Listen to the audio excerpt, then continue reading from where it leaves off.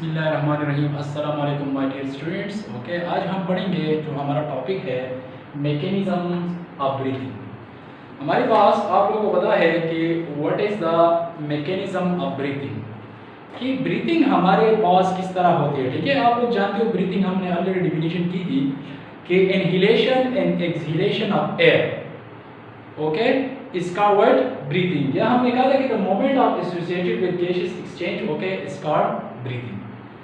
तो ऑलरेडी हमने basically gases change in human पढ़ा। ठीक है, तो अब हमारे पास ब्रीथिंग किस तरह होता है। ठीक है, so breathing is very important process. Okay, so breathing process जो है it is completed into two phases. Okay, one is inhalation और inspiration, second one is exhalation और एक्सपायरेशन। तो इंस्पायरेशन में क्या होता है या इनहेलेशन में क्या होता है। ठीक है, इनहेलेशन और inspiration, the intake of air is called inspiration. जब हम सांस लेते हैं, ठीक है, तो हमारी बॉडी में क्या चेंजेस आती है। ठीक है, जो हमारी पास चेस्ट कैविटी है, अंदर थोरेसिक कैविटी है, इसमें लंग्स है, ठीक है, इसमें रिब्स है, वी हैव ऑलरेडी डिस्कस। तो इसमें कौन कौन से चेंजेस आते हैं। Okay, so we will discuss इंशाल्लाह in this topic. Number 1, contraction of the intercostal muscle. अब हमारे पास जो इंटरकॉस्टल मसल्स है, ठीक है, आप लोगों को मैंने कहा था कि जो रिब्स है, जो इसमें मसल्स है, this is called intercostal muscles. Ribs जो है जिस मसल से बनते हैं, दिस इज कॉल्ड, रिब्स की जो मसल्स होते हैं, this is called intercostal muscle. Second one is ribs are raised या raise. Okay, ribs are raise. तो हमारे पास रिब्स क्या हो जाता है, इसलिए रेज हो जाते हैं कि हमारे पास जो है वॉल्यूम ज्यादा बन जाए, स्पेस ज्यादा बन जाए। ठीक है, कि हमारे पास हवा आ जाए, ठीक है, लंग्स में। तीसरा क्या है बेटा, diaphragm become flat shape instead of dome shape. हमारे पास डायफ्राम इस तरीके से होते हैं, गुंबद की तरह। डूम शेप मीन गुंबद नुमा। ओके, डायफ्राम हमारे पास डूम शेप होता है और ये फ्लैट हो जाता है ताकि हमारे पास जो कैविटी है, ठीक है, चेस्ट के अंदर जो कैविटी है वो क्या हो जाए, वो ज्यादा हो जाए। ठीक है, 4 number downward and movement of the ribs. Number 5, decrease the internal pressure of the lungs, क्योंकि लंग्स में ऑक्सीजन की मिकदार कम होता है। ठीक है, decrease the internal pressure of the lungs. अब जब ओके और वॉल्यूम ज्यादा हो जाता है, क्योंकि ऑक्सीजन का वॉल्यूम ज्यादा होता है बाहर, इसलिए हमारे पास ये लंग्स में आता है डिफ्यूजन के जरिए। Decrease the internal pressure of the lungs, the air from outside rushes into the lungs equal to the pressure on both sides।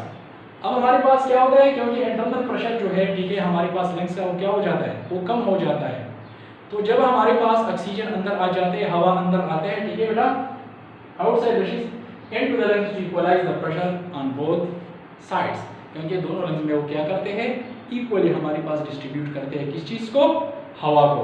तो ये हमारे पास क्या था, ये हमारे पास था इनहेलेशन और इंस्पायरेशन। ओके, एक बार अगर फिर गौर कर ले, contraction of the intercostal muscle, ribs are raised, diaphragm become flat shape instead of dome shape, वो फ्लैट हो जाए ताकि स्पेस ज्यादा हो जाए। ठीक है, downward movement of the ribs, फिर डिक्रीज हो जाता है internal pressure of the lungs. Okay, और हवा बाहर से आते हैं और हमारे पास क्या करते हैं, they equalize the lung. Okay, equalize the what, the pressure of both side. इसके उलट अब है एक्सहेलेशन और एक्सपायरेशन, तो ये इसकी उलट है। अब हमारे पास जब हम सांस लेते हैं, आप लोग देख रहे, ठीक है, फिर हम जब हम सांस छोड़ते थे, ठीक है, we are release carbon dioxide, तो फिर क्या हो जाए, expiration mean that the giving out और letting out carbon dioxide is called expiration और एक्सहेलेशन। ओके, तो इसमें क्या होता है, relaxation of the intercostal muscles, उसमें कंट्रैक्ट होते हैं, इसमें रिलैक्स होते हैं। उसमें रिब्स क्या था, वो रेस्ट अभी डाउनवर्ड हो जाएगा। ठीक है, डायफ्राम बिकम डूम शेप, अपने ओरिजिनल पोजीशन में आता है। Upward and outward movement of the ribs, ठीक है, reduce the space in chest cavity, increase the internal pressure of the lungs, उसमें decrease the internal pressure of the lungs। इसमें अभी क्या होगा, क्योंकि कार्बन डाइऑक्साइड अब ज्यादा है लंग्स में, ठीक है, increase the pressure of the lungs, the rushing out of the air through trachea and mouth। Carbon dioxide concentration जब ज्यादा हो जाता है लंग्स में, तो फिर ट्रेकिया को देती है, और ट्रेकिया जो है माउथ और मुंह के जरिए बाहर निकलते हैं, क्योंकि कार्बन डाइऑक्साइड बहुत। ओके, इसके बाद हम पढ़ेंगे, क्योंकि हमने मैकेनिज्म ऑफ ब्रीथिंग कहा, ठीक है। अब हमारे पास नॉर्मल रेट ऑफ ब्रीथिंग क्या है, ठीक है। So normal rate of breathing ये है कि बंदा रेस्ट कंडीशन में है, ठीक है, बिल्कुल वो आराम कर रहा है, ठीक है, बिल्कुल वो बेड पे पड़ा है, ठीक है, या वो मूवमेंट नहीं कर रहा है, ठीक है। तो उसमें हमारे पास जो नॉर्मल ब्रीथिंग रेट है, 1 मिनट में जो ह्यूमन है वो कितना ब्रीथिंग कर सकता है, 16 to 20 times per minute. Okay, 1 minute में इंसान जो है कितने, इसका ब्रीथिंग रेट कितना है, इसका मतलब ये है कि इंसान जो है ठीक है वो 1 मिनट में 60 to 20 टाइम जो है वो क्या कर सकता है, ब्रीथिंग कर सकता है। Control of breathing rate. Okay, अब हमारे पास जो ब्रीथिंग है ये बेसिकली इनवॉल्यूटरी एक्शन है, इसको हम किसी हद तक कंट्रोल कर सकते हैं लेकिन इतना नहीं कंट्रोल कर सकते, ठीक है। ब्रीथिंग जो है क्योंकि ये लॉन्ग टर्म तो हम कंट्रोल नहीं कर सकते क्योंकि फिर क्या हो जाता है, फिर ये मसला बन जाता है, ठीक है। हमारे पास जो ब्रीथिंग मोमेंट है अनवॉल्यूटरी एक्शन, हाउ यू और we can control the rate of breathing, okay, but not for a long time, ठीक है। अब हमारे पास कंट्रोल ऑफ ब्रीथिंग रेट, तो अब हमारे पास जो ब्रीथिंग रेट है किधर से कंट्रोल होता है, क्योंकि कंट्रोल सेंटर तो ब्रेन में है, ठीक है। तो ब्रेन में हमारे पास जो रिस्पिरेटरी सेंटर है इन द ब्रेन, वो क्या चीज है, वो है मेडुला ओब्लांगेटा, मेडुला ओब्लांगेटा, ये हमारे पास कंट्रोल सेंटर है, ब्रेन में है, ठीक है। जो हमारे पास last part of the brain है, ठीक है, मेडुला ओब्लांगेटा, ये हमारे पास क्या है, ये ब्रीथिंग रेट क्या करते हैं, इंसान का कंट्रोल करते हैं, ठीक है। उधर से ब्रेन से जो है ये कंट्रोल होते हैं। अब जो रिस्पिरेटरी सेंटर है they are sensitive to the concentration of carbon dioxide in blood.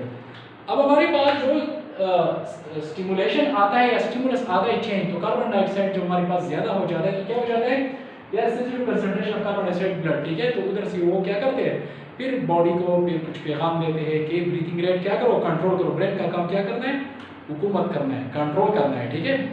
हमारे पास वो स्टिमुलेशन ऑफ रिस्पिरेटरी सेंटर, तो अब रिस्पिरेटरी सेंटर जो है उसमें स्टिमुलस आते हैं क्योंकि कार्बन डाइऑक्साइड कंसंट्रेशन ज्यादा हो जाता है, stimulus mean change in environment, internal environment में हमारे पास क्या आ जाता है, चेंज।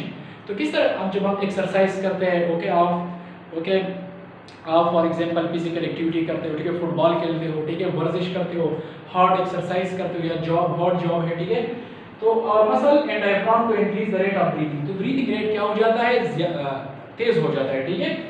और more carbon dioxide produce in the blood, क्योंकि हमारे पास जो रिस्पिरेशन है, ठीक है, वो बार बार रिस्पिरेशन होता है और कार्बन डाइऑक्साइड पैदा होता है, ठीक है। तो कार्बन डाइऑक्साइड हमारे पास क्या होता है, ज्यादा पैदा होता है।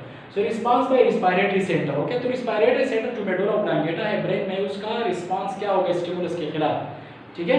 तो क्या करता है, respiratory centre sends message to the ribs muscle and diaphragm to increase the rate of breathing. उसको क्या कहते हैं कि आप जो है किस चीज को, जो हमारे पास रिब्स मसल, इंटरकॉस्टल मसल और डायफ्राम को क्या कहते हैं, increase the rate of breathing, so that excess of carbon dioxide in blood can remove of the body. और आप लोग जो है क्या, ब्रीथिंग रेट ज्यादा हो जाते हैं, ब्रीथिंग रेट क्या हो जाता है, ज्यादा हो जाता है, ठीक है। अगर हमारे पास कार्बन डाइऑक्साइड कंसंट्रेशन ब्लड में रह जाता है तो it is very dangerous because carbon dioxide gas जो है ओके एसिडिक है, जितनी भी हमारे पास मेटाबॉलिज्म है, एक्टिविटीज है बॉडी के अंदर, वो क्या करेगा, डिस्टर्ब करेगा। तो इसके साथ हमारे पास मैक्सिमम रेट ऑफ ब्रीथिंग क्या हो जाएगा, ड्यूरिंग एक्सरसाइज या hard physical activities work of breathing rate में increase up to 30 to 40 times per minute, okay. ये हमारे पास क्या हो जाता है, ये हमारे पास जो है इतना ज्यादा हो जाता है, ठीक है। आप लोगों का टेबल है, ठीक है, टेबल पेज नंबर 8 में आप लोगों का टेबल दिया है, comparison between inspired and expired air, okay.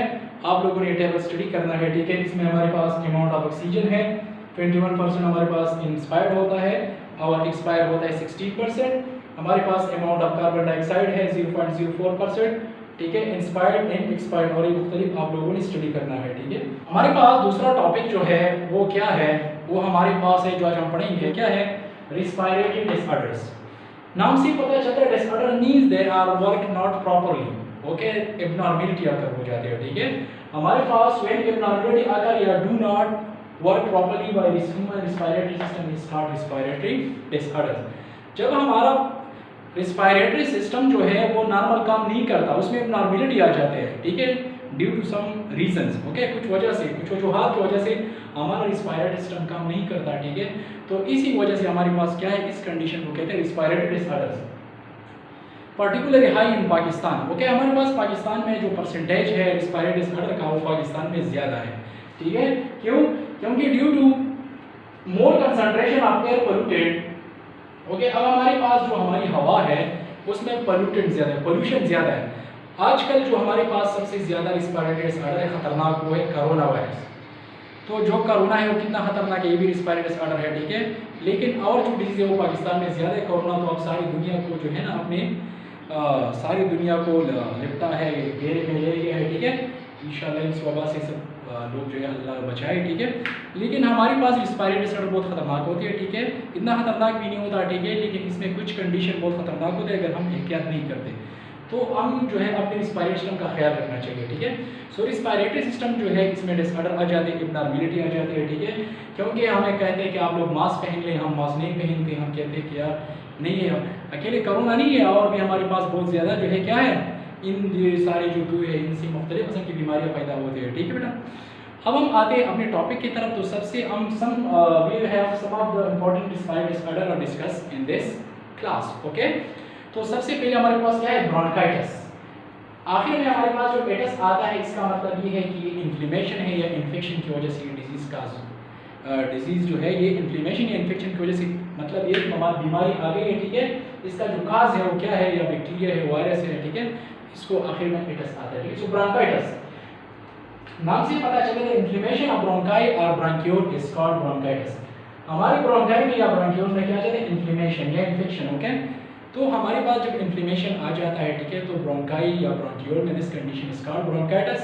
और ये क्यों आता है, it is due to narrowing and swelling of the tube, okay. अब हमारे पास जो नॉर्मल बेसिकली ब्रोंकाई होती है, ठीक है, या ब्रोंकस होता है नॉर्मल, ये इस तरह से होता है, ये हमारे पास नॉर्मल है, ये नॉर्मल कंडीशन में है। अगर हमारे पास जो ब्रोंकाइटिस होता है, ठीक है, इस तरीके से फिर क्या हो जाता है, ये हमारे पास म्यूकस पैदा हो जाता है, ठीक है। It result due to narrowing and swelling of the tube. एक तो ट्यूब हमारे पास क्या हो जाता है, तंग हो जाता है। दूसरा क्या है, it cause excessive secretion of the mucus, इधर म्यूकस ज्यादा जमा हो जाता है, ठीक है। तो जब म्यूकस ज्यादा जमा हो जाएगा to reduce the amount of oxygen into the lungs, तो ऑक्सीजन कंसंट्रेशन जो है लंग्स को जो क्या हो जाएगा, का मिकदार कम हो जाएगा, तो ये बहुत खतरनाक है, ठीक है। तो अब हम आते हैं टाइप्स ऑफ ब्रोंकाइटिस या टाइप ऑफ ब्रोंकाइटिस। तो हमारे पास दो किस्म के हमारे पास जो है ब्रोंकाइटिस है, एक हमारे पास एक्यूट, दूसरा हमारे पास है क्रॉनिक ब्रोंकाइटिस। तो एक्यूट जो है, एक्यूट का मतलब ये है कि हमारे पास ये कुछ टाइम के लिए होता है, इतना ज्यादा अरसा इसका नहीं होता, okay. Acute bronchitis they are last about 2 weeks, okay, या ज्यादा से ज्यादा हमारे पास 2 वीक्स में या 2 हफ्ते में 14 डेज में पेशेंट रिकवर हो जाता है with no permanent damage to the bronchi और ब्रोंक्यूल्स। तो हमारे पास परमानेंट डैमेज नहीं आता और 2 हफ्तों में क्या हो जाता है, हमारे पास वो जो है रिकवर हो जाता है। और एक्यूट ब्रोंकाइटिस जो है पेशेंट जो है वो जल्दी रिकवरी करता है और उसका नुकसान इतना ज्यादा नहीं होता। अब जो क्रॉनिक है, ठीक है, क्रॉनिक जो है ये डेवलप क्रॉनिक इन्फ्लेमेशन, हमारे पास इन्फेक्शन ज्यादा हो जाता है, इन्फ्लेमेशन, तो ये फिर क्या हो जाता है, इतना टाइम के अंदर lost for 3 months to 2 years, हमारे पास ये क्या हो जाता है, 3 महीनों से लेकर 2 साल तक ये होता है, ठीक है। हमारे पास कौन सा ब्रोंकाइटिस, क्रॉनिक, ठीक है, जो खतरनाक होता है, but also majority of the people diagnose, okay, majority of the people diagnose हो जाते हैं, उसकी तशख़ीस वो ठीक हो जाता है, ठीक है, with chronic bronchitis are 45 year of age और ओल्डर, ठीक है, क्योंकि उसकी इम्यूनिटी स्ट्रांग होती है, वो जल्दी ठीक हो जाता है। काजेस, अब हमारे पास जो मेन काजेस है, ये ब्रोंकाइटिस जो है ये कौन काज करता है, ठीक है, उसकी काजेस क्या क्या चीज़ है। फर्स्ट हमारे पास वायरसेस हैं, आजकल भी आप लोग अगर कोरोना देख ले, ठीक है, तो ये भी वायरसेस की वजह से जो है पैदा होता है, ठीक है। So virus are very dangerous.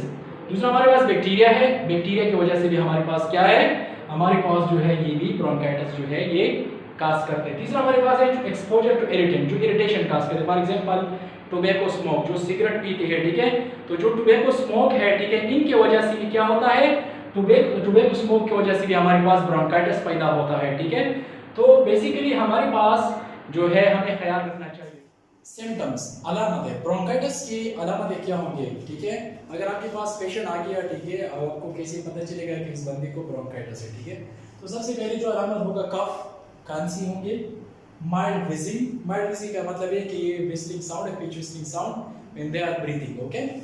तीसरा हमारे पास क्या है, फीवर, बुखार होगा इनके साथ बहुत ज्यादा, चिल्स, सब सर्दी होंगे, शॉर्टनेस ऑफ ब्रीथ, ओके, और उसका जो है जो ब्रीथिंग रेट होगा वो क्या होगा, वो कम होगा, या उसका जो सा होगा, ठीक है, क्या, ठीक है, या सांस लेना होगा वो क्या होगा, बहुत कम होगा। They are doing hard job, जब वो क्या करता है, स्पेशली डूइंग हार्ड जॉब, जब वो सख्त काम करता है, ठीक है, तो क्या होगा, स्पेशली उसको जो प्रॉब्लम होगा वो किस चीज होगा, ट्रीटमेंट। इसका इलाज क्या है, इसके लिए हम ब्रोंकोडायलेटर इस्तेमाल करते हैं, ब्रोंकल्स ओके, या सल्ब्यूटामॉल इस्तेमाल करते हैं। ब्रोंकोडायलेटर इस बात के डायलेशन खास करें कि हमारे पास ये क्या हो जाएगी, खुल जाए, ये म्यूकस खत्म हो जाए, ठीक है। इसके लिए फिर हम मुख्तलिफ ड्रग्स देते हैं। दूसरा हमारे पास हम स्टेरॉइड्स देते हैं। स्टेरॉइड में हम क्या देते हैं, डेक्सामेथासोन एंड डिकाड्रॉन। ये हमारे पास दो स्टेरॉइड है जो इस कंडीशन में हम देते हैं, ठीक है, ताकि पेशेंट जल्दी ठीक हो जाए। तो हमारे पास ये डिजीज था, ठीक है। तो प्रिवेंशन क्या है, हमें एहतियात करना चाहिए, हमें मास्क पहनना चाहिए, ठीक है, हमें जो है सांस जो है फॉर एग्जांपल हमें मुख्तलिफ जगहों की विजिट करनी चाहिए जो पोल्यूटेड ना हो उधर, ठीक है, वो माहौल साफ हो। दूसरा हमें मास्क जो है पहनना चाहिए। मास्क बहुत आम चीज़ है क्योंकि एरिया में आप लोगों को पता है पोल्यूशन ज़्यादा है, तो पोल्यूशन जो है अकेला नहीं है कि आपको कोरोना हो जाए, ठीक है, आपको और भी मुख्तलिफ जो है रिस्पायरेटरी डिसऑर्डर हो सकते हैं, ठीक है। तो अपना ख्याल रखें। अल्लाह हाफ़िज़। अस्सलाम वालेकुम।